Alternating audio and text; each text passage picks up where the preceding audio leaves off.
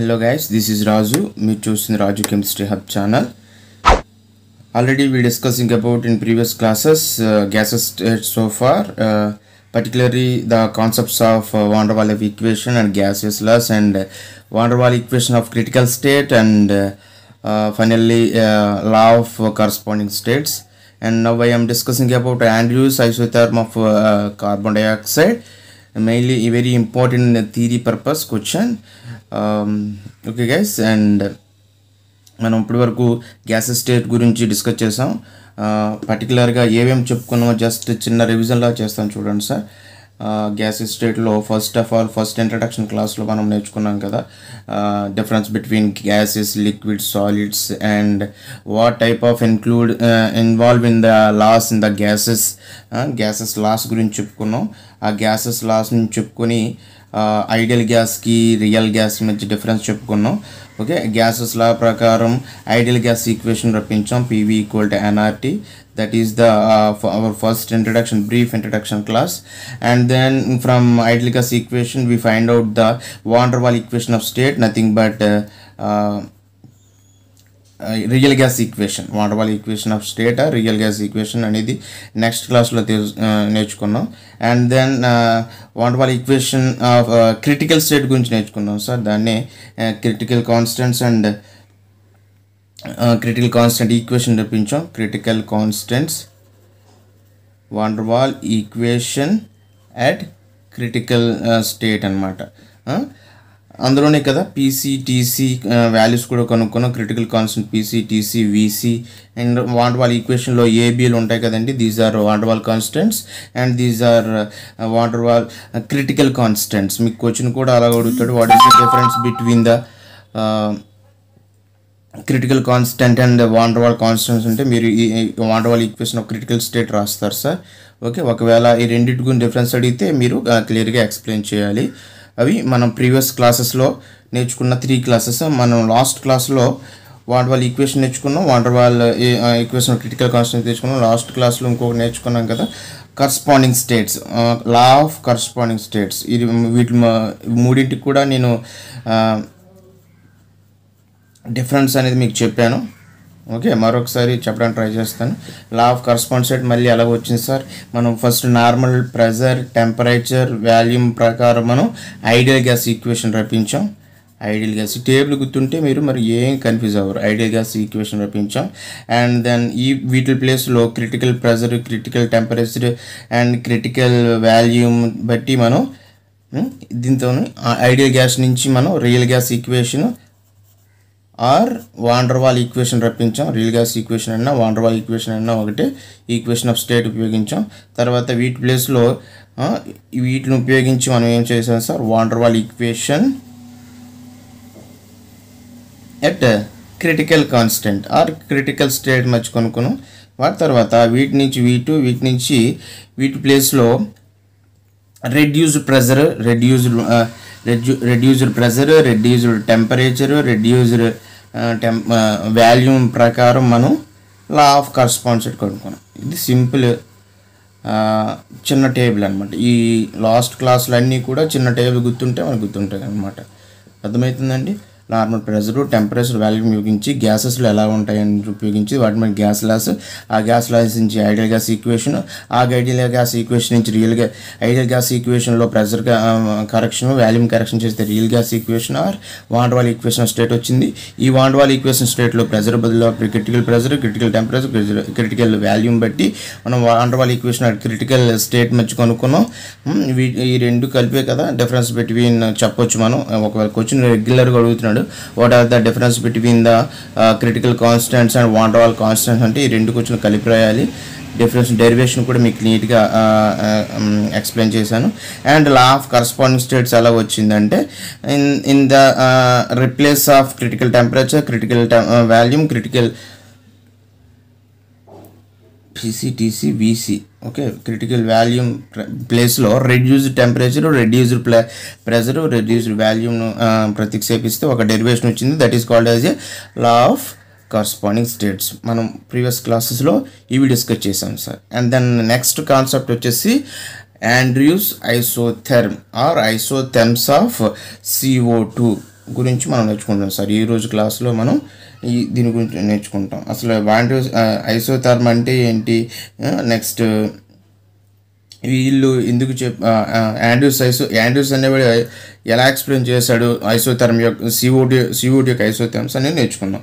అసలు ఎందుకు ఈ యాండ్రూస్ అనేసి ఎందుకు ఈ ఏమంటాం ఈ CO2ని ఎక్స్ప్లెయిన్ చేశాడంటే mainly the Thomas Andrews. Okay, Thomas Andrews explain the PV curves, that means pressure volume curves.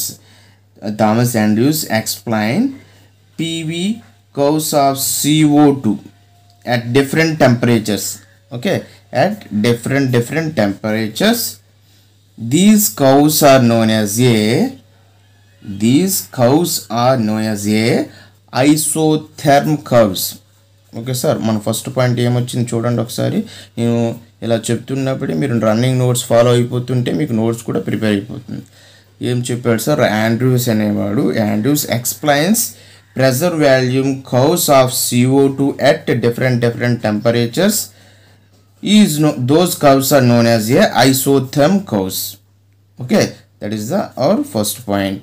అసలు ఐసోథర్మ్ అంటే ఏంటి అనేది చూసుకుంటే, okay, the curves drawn between the pressure and volume at constant temperature known as isotherms. Okay, constant temperature వద్ద pressure కి volume కి మధ్య గీసే కర్వ్స్ నే ఐసోథర్మ్స్ అంటాం. CO2 గీస్తున్నాం కాబట్టి CO2 యొక్క ఐసోథర్మ్ కర్వ్స్ అంటాం. That is the second point. Okay, first point ఏం చెప్పాడు, Andrews explains PV curves of different temperatures. Those are called as isotherm curves. అసలు ఐసోథర్మ్ అంటే ఏంటి, the curves drawn between the pressure and volume at constant temperature called as isotherm. ఇప్పుడు ఒక్కొక్క point మనం చూద్దాం sir. ఆ గ్రాఫ్లో ఉన్నటువంటి ఒక్కొక్క పాయింట్ ఏం చెప్తుంది, అసలు ఎలా ఎక్స్ప్లెయిన్ చేశారు. CO2 యొక్క ఐసోథర్మ్ కర్వ్స్ అన్ని ప్రెషర్కి వాల్యూమ్కి మధ్య CO2ని డిఫరెంట్ టెంపరేచర్ వద్ద చేస్తే, కాన్స్టెంట్ టెంపరేచర్ వద్ద చేస్తే ఆ ప్రెషర్ వాల్యూమ్ మారి ఆ CO2 యొక్క స్టేట్ ఏమైనా మారుతుంది అనేది చూద్దాం సార్. మనం గ్రాఫ్లో కూడా మీరు చూస్తున్నారు కదా సార్, ఒక దగ్గర లిక్విడ్, ఒక దగ్గర గ్యాస్ ప్లస్ లిక్విడ్ కలిసి ఉన్నాయి. ఓకే, అది మనం అబ్జర్వ్ చేద్దాం sir at constant temperatures. Okay, ఇవన్నీ కూడా గ్యాస్ స్టేట్లో ఉన్నాయి. ఇక్కడ ఈ ప్లేస్ అంతా గ్యాస్ స్టేట్లో ఉంది. సో ఎలా వచ్చింది ఏంటి అనేది చూద్దాం sir. CO2 next point third point చూద్దాం sir. Let's get into our diagram. CO2 have mainly 3 isotherms. Isotherm definition చేసాం కదా. CO2 have mainly 3 isotherms. Okay, అవి ఏంటంటే ఐసోథర్మ్ అట్ కాన్స్టెంట్ టెంపరేచరే కదా ఐసోథర్మ్ అంటే. ఐసోథర్మ్ at 31 degree centigrade, 31.1 or 3 degree centigrade, and second isotherm at 21.5 degree centigrade, and third isotherm at 13.1 degree centigrade. అర్థమవుతుంది sir. ఇప్పుడు ఒక్కొక్క గ్రాఫ్లో ఏం జరుగుతుంది అని చూద్దాం సార్. ఫస్ట్ ఇది చెక్ చేద్దాం sir. At 13.1 degree centigrade. Okay, at 13.1 degree centigrade వద్ద ఎటువంటిది బిహేవియర్ ఉంటుందో చూద్దాం. In the above diagram or in the diagram ABCD observe చేస్తున్నారు sir. ABCD represents the isotherm of CO2 at 13.1 degree centigrade. Okay, ఈ isotherm అంతా ఏంటి at constant temperature. ఈ constant temperature వచ్చే CO2 యొక్క ఐసోథర్మ్. ఇక్కడ ఏమవుతుందంటే in this CO2 behaves as a gas at AB region. ఈ AB రీజియన్ వద్ద ఈ CO2 అనేది గ్యాస్ స్టేట్లో ఉంటుంది. And then CO2 gas turns into a partial liquid at a BC region. Partial liquid. ఈ గ్యాస్ స్టేట్ అనేది ఇక్కడి నుంచి BC మధ్యలో పార్షియల్ లిక్విడ్గా లేదా లిక్విడ్ ప్లస్ గ్యాస్గా రీజియన్గా ఎక్స్ప్లెయిన్ చేయొచ్చు. And then CD region CO2 has represented as a completely convert into a liquid. అర్థమవుతుంది సార్. మనం ఈ ఐసోథర్మ్ని ఎక్స్ప్లెయిన్ చేయాలి. ఒక్కొక్క కర్వ్ దగ్గర మనకి ఎలాంటి బిహేవియర్ వస్తుందో 3 పాయింట్స్ వచ్చాయి చూడండి సార్ ఒకసారి మనకి. In the above diagram, ABCD has represents the isotherm of 13 degrees centigrade, and second point is in this CO2 behaves as a gas at AB region, and the CO2 gas behaves as a gas plus liquid or partial liquid at BC region, and this CO2 gas is completely converted into liquid in a CD region. Okay, అర్థమవుతుంది sir. At constant temperature వద్ద ఇవన్నీ మారుతాయి. ఎప్పుడు different volumes different pressure మారుతూ ఉంటాయి. అర్థమవుతుందా? Pressure volume మారుస్తూ మనం కాన్స్టెంట్ టెంపరేచర్ వస్తూ గీసే థర్మ్స్నే కదా ఐసోథర్మ్స్ అంటున్నాం. ఈ పర్టిక్యులర్ గ్యాస్ CO2 గ్యాస్ మాత్రం డిఫరెంట్ రీజన్స్ వద్ద డిఫరెంట్గా ఎగ్జిబిట్ చేస్తుంది. ఎప్పుడు కాన్స్టెంట్ టెంపరేచర్ వద్ద. ఆ కాన్స్టెంట్ టెంపరేచర్ని ఐసోథర్మ్ అన్నాం కదా, అది ఒక ఐసోథర్మ్ కర్వ్ గురించి మనం నేర్చుకున్నాం. సెకండ్ది ఐసోథర్మ్ అట్ 21.5 డిగ్రీ సెంటిగ్రేడ్ వద్ద ఈ CO2 గ్యాస్ అనేది ఎలా ఉంటుందో చూద్దాం. In the above diagram EFGH represents the isotherm of CO2 at 21.5 degrees centigrade. అర్థమవుతుంది sir. That is the first point. తర్వాత ఒక్కొక్క రీజియన్లో ఒక్కొక్క CO2 అనేది ఆ టెంపరేచర్ వద్ద ఆ CO2 అనేది గ్యాస్గా మారిందా లిక్విడ్గా మారింది చూద్దాం. First of all in this CO2 in this isotherm CO2 behaves as a gaseous in EF region. ఈ రీజియన్లో CO2 అనేది గ్యాస్గా ఉంది. And FG region is partially liquid at FG region. Partial ఇదంతా లిక్విడ్ ప్లస్ గ్యాస్గా ఉంటుంది. ఈ రీజియన్ అంతా liquid plus గ్యాస్గా ఉంటుంది. అర్థమవుతుందా? అంటే కంప్లీట్గా లిక్విడ్కి మారకముందు మిడిల్ స్టేట్లో ఈ స్టేట్ని అబ్జర్వ్ చేయొచ్చు మీరు. అర్థమవుతుందా? గ్యాస్ అనేది CO2 గ్యాస్ అనేది లిక్విడ్ స్టేట్గా మారకముందు మీరు ఒకసారి చూసినట్టయితే CO2 గ్యాస్ అనేది అట్ హై ప్రెషర్స్ వద్ద లిక్విడ్గా మారిపోతుంది. అర్థమవుతుందా? CO2 గ్యాస్ మనం అబ్జర్వ్ చేసినట్లయితే హై ప్రెషర్ వద్ద లిక్విడ్గా మారిపోతుంది. ఆ దాన్ని ఎక్స్ప్లెయిన్ చేయడానికి ఈ ఆండ్రూస్ అనేవాడు CO2 థర్మ్స్ అనేవి ఐసోథర్మ్స్ అనేవి డిఫరెంట్ రీజన్స్ వద్ద డిఫరెంట్గా ఉంటుంది. ఆ CO2 అనేది హై ప్రెషర్ వద్ద ఇలా లిక్విడ్గా మారిపోద్ది. కంప్లీట్ గ్యాస్ అనేది లిక్విడ్గా మారిపోద్ది అని ఎక్స్ప్లెయిన్ చేశాడు. దాన్ని ఒక్కొక్క కర్వ్ దగ్గర మనం ఎలా ఉంటుందని చూపిస్తున్నాం. And at constant temperature 21.5 isotherm the GH region behaves as a CO2 behaves as a completely liquid. Okay, ఇంకా మీరు థర్డ్ గ్రాఫ్ అనేది మీరు చూడండి ఒకసారి. కంప్లీట్గా అట్ 31.7 డిగ్రీ సెంటిగ్రేడ్ వద్ద మనకి గ్యాస్ అనేది కర్వ్ అనేది మారింది. ఎలా మారింది చూడండి సార్. అక్కడ at this temperature a temperature 31.3 or 7 degree centigrade isotherm వద్ద at this temperature CO2 gas cannot turn into a liquid. చూడండి గ్రాఫ్ అనేది ఓన్లీ గ్యాసెస్ ఫేజ్లోనే ఉంది. That is at this temperature CO2 gas cannot turn into liquid. Such temperature is called as a critical temperature. CO2 యొక్క critical temperature ఏంటి? 31.7 degrees. మనం last time critical constant చెప్పుకున్నప్పుడు definition అయితే చెప్పుకున్నాం కదా. What is the command by critical temperature?